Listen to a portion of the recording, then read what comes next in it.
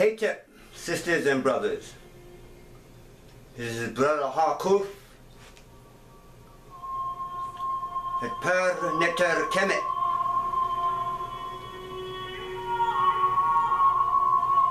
Peace in the mind, peace in the heart.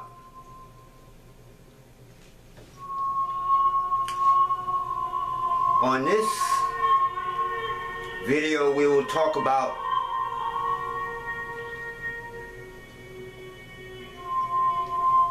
the divine smoke.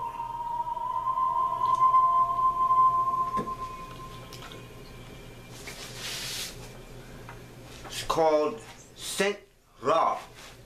Scent raw.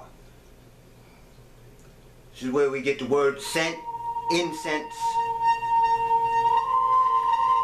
The deity or the divine energy that's involved with the divine smoke is called SESHAT. So we say deity because it's a power of nature, like wind, air, fire. But in the ancient Egyptian way of thinking, the Kemetic way of thinking, these energies of nature are a part of us. We are part of nature, and they have their own individual consciousness. So when people translate these names as gods, in a sense that is true, because again, in our way of thinking, they have their own individual consciousness. So SESHAT is the energy of nature that's within us, that's without in nature, and that's a divine law of the universe. She is the divine law that corresponds to a faculty in the right brain, as this side. In the right brain, which processes abstract images.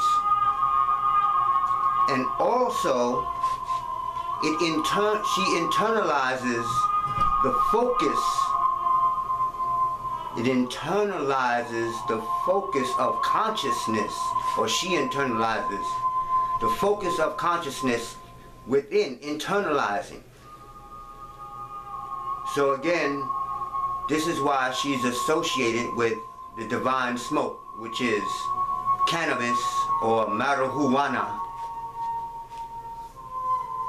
because that's what it does. It internalizes your consciousness.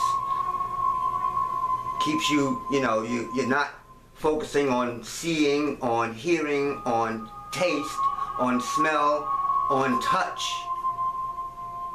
We bring these energies within. Now the use of divine smoke, cannabis, goes back 5,000 years in the Egyptian order, at least. Recorded is 5,000 years. We call it divine smoke or scent ra, like I said, which incense, the words incense and scent come from. We call the cannabis shimtu, which meant cannabis or literally medical marijuana. Now su simtu or su simte was hemp, the sister plant.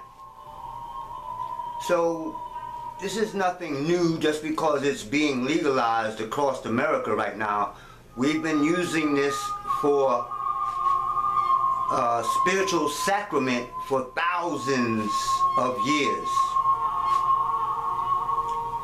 It is believed that cannabis, canna, dog, bis, to, or by, to, was brought here from what you call the Sirius constellation by SESHAT and Uset, who is the deity of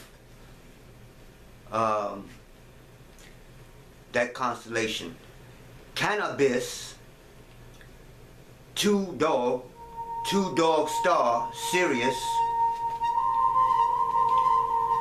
And when you check out the plant, you will find out that it, unlike all other plants on earth, fibrous plants wind one way. This is the only plant on earth that winds the other way. So there are a lot of different things concerning this plant. We use it as Maji, as a, like I said, as a form of getting into ourselves. This is called trance. When you bring the consciousness internally and start to focus on your own spirit, this is what's called trance. Trance only means cutting off everything from the outside world and going within. You go within to connect with the Most High, whatever you want to call it, the Most High, the source of the universe, the source of your life force, the source. So as I said, SESHAT processes abstract images. So one image you'll see me doing is this right here, the diamond planted in granite. This is a granite. So we have what's called the Book of SESHAT.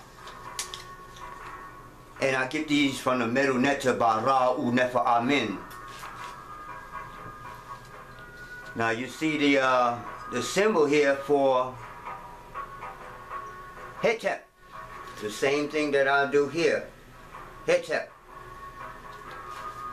Now Hemp is used to denote the idea of the state of peace that cannot be upset by any externals. As this is the source of power, it can only be extended to denote the idea of the ability to generate the power to achieve a goal by maintaining an unshakable inner peace. So when I say your peace is your power, this is what I mean. When I say don't let what's happening in the world shake you, this is what I mean. As I said, the use of medical marijuana and marijuana as a spiritual sacrament goes back 5,000 years, recorded at least. And here's that recording. This is the Ibris papyrus. You understand? It's in Coptic. It's not in the hieroglyphic or the Medu Netter. And this is the oldest medical book, or oldest medical papyrus on the planet. And in there it mentions various uses for medical marijuana. So this is not something, you know, a lot of these purists, new age conscious guys, people will be like, oh no, this is well, it's not illegal anymore. And now you know that it has been being used forever. That being said, it wasn't for the purpose of just, yo dude, I'm high dude, let's smoke all day long every day, and I'm feeling spiritual and let's do some art, dude. No. Originally, only priests and people up on that level were able to use it because it is used for that purpose. When we smoke,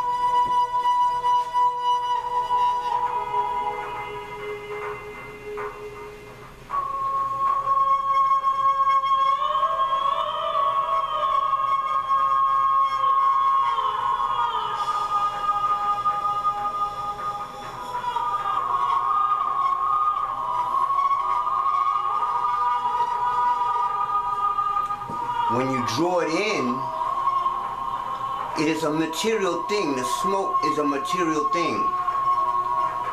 All magic, spiritual magic, is based on intention. You place your intention on the smoke. So if it's a prayer to your deity, to your whatever you call it, you put the prayer, the wish, whatever it is, on that smoke while it's inside of you. And as you blow it out, you notice I said Hu. Hu is the ancient word for the creative vibration. Everything was created by the word Hu. That got all of the residue smoke out. And that intention, like smoke, rises up to your deity. Like you read in the Bible. It says, God smelled the smoke of the burning flesh or whatever it is they were sacrificing. And he loved it. So the smoke rises up with your intentions on it. So here we have the book of SESHAT. This is all the different, or not all, but many of the different abstract images that you can use to encode your spirit to do what you need to do. So here we have the Ankh and the Djed. Now I made these cards. On the back of these cards you have the whole idea behind what the Ankh means. So you would match the Ankh with something like the Djed, which means stability, and this is everlasting life, life force, bioelectromagnetic energy. You combine the two, you learn what they each mean to the point of as soon as you see the symbol, you shouldn't have to think about it in words on the left brain. As soon as you see the symbol, you just know what it means. All this is just there. You don't have to verbalize it in your mind. What this does now, SESHAT, remember, takes this internally, decodes this for the spirit, and then the spirit just acts on what it is you're trying to do. In this case, give stability to my life force, or heal somebody with the life force, etc. There's different purposes you can use these two for. And that's a whole book of images. Okay, so, you know, and then another thing, we used to have to be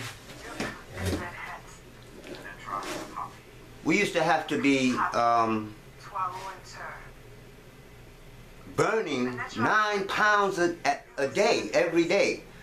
But now we make incense and burn it like this. The cannabis is burned in incense. And again, you use it for, you understand, spiritual purposes. The smoke rising up to your Most High. And you do what you want to do. You could be Hebrew, you don't have to be Khemetic like I am. I use it for my purposes. You Christian, whatever. You use incense. Most religions use incense. And the idea is that the smoke is carrying up your intentions, your prayers, up to the Most High. So this is what we use it for. Prayer, meditation, mystical meditation, making love, dance, partying, different things, but not just to sit around every day. This is where the problem comes in, not knowing how to keep your body clean, just using it constant. Anything that you overdo is going to be, you can eat good food, but if you eat too much good food, you're still going to be over. You can drink water to make you survive, but if you drink too much water, you understand? So too much of anything is too much of anything. This has a balance just like everything else. Okay, so that's that. We have dealt a little bit with SESHAT and the spiritual use. Hey, Khemet, sisters and brothers, peace in the mind, peace in the heart. We have to get our spiritual, mental, and physical selves together, because we are about to go through some times that has been unprecedented in thousands of years on this continent, on this planet. So it's time to get ready.